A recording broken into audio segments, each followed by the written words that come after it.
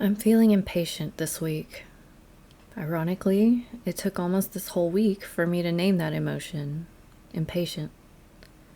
I spend a lot of my time in the liminal space of waiting, waiting to know more, waiting to see what is about to happen, waiting to feel sure enough that I know how to move forward.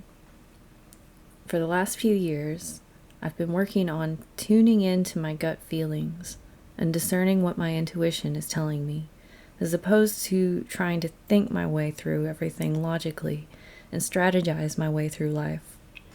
It turns out that when you suppress, ignore, or can't even recognize your own emotions, they end up coming out eventually, and they do so in ways that undermine whatever plans you thought you were making.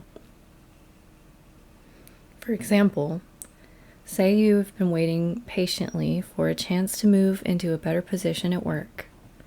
Maybe you're actually proud to contribute to the work your company does because it resonates with your values, and you've been doing your work diligently, but time keeps passing and it becomes more and more apparent that something just isn't working here.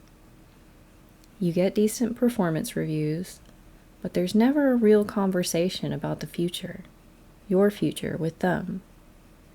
Deep down, some part of you knows your time there is being wasted, but you can't quite grasp it yet because it's buried under a mountain of excuses.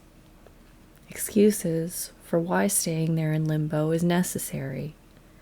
Maybe you think it's the only type of work you can handle, and you need that particular schedule so you can be available for when your kid can't be in school. Excuses for how others have been treating you, because you know nothing's personal and everyone just has a lot on their plates. You don't want to be a bother, so you stop trying to advocate for what you want. Then the resentment starts setting in, but you can't acknowledge that because you're the one who's choosing to stay, maybe hoping to ride things out.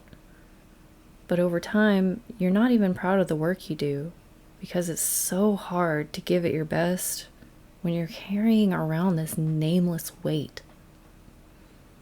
That got kind of heavy. But let's turn it around. You finally get out of there. You realize you deserve better, and you spend some time reclaiming your inner strength and self-worth. Looking back, maybe you could have moved on sooner, but it could also be that you just weren't quite ready. Despite how impossible the truth became to ignore, some part of you still felt safer staying put. I don't think it's fair to dismiss that too quickly. There were probably several good reasons, alongside the excuses, to wait for the right time to walk away. And similarly, maybe you're in a new situation where once again you're waiting for someone to get back to you, waiting for the right time to reach out, waiting to know if you're going to finally have a job that fits. Don't let it discourage you. You know better now than to try and ignore that restless feeling. Let yourself feel that, and use that energy to consciously reverse the pattern of avoidance. You do need to keep advocating for yourself, even if it doesn't seem like it'll be effective.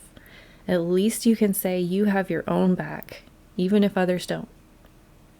You need to speak your truths, and you also need to choose the right time. You can't control the outcome, but you don't have to stay stuck. You can trust yourself to get out of a situation that's no longer aligned with your needs and your goals. You can face uncertainty. You just need to breathe. And in the meantime, try and find some fun where you can.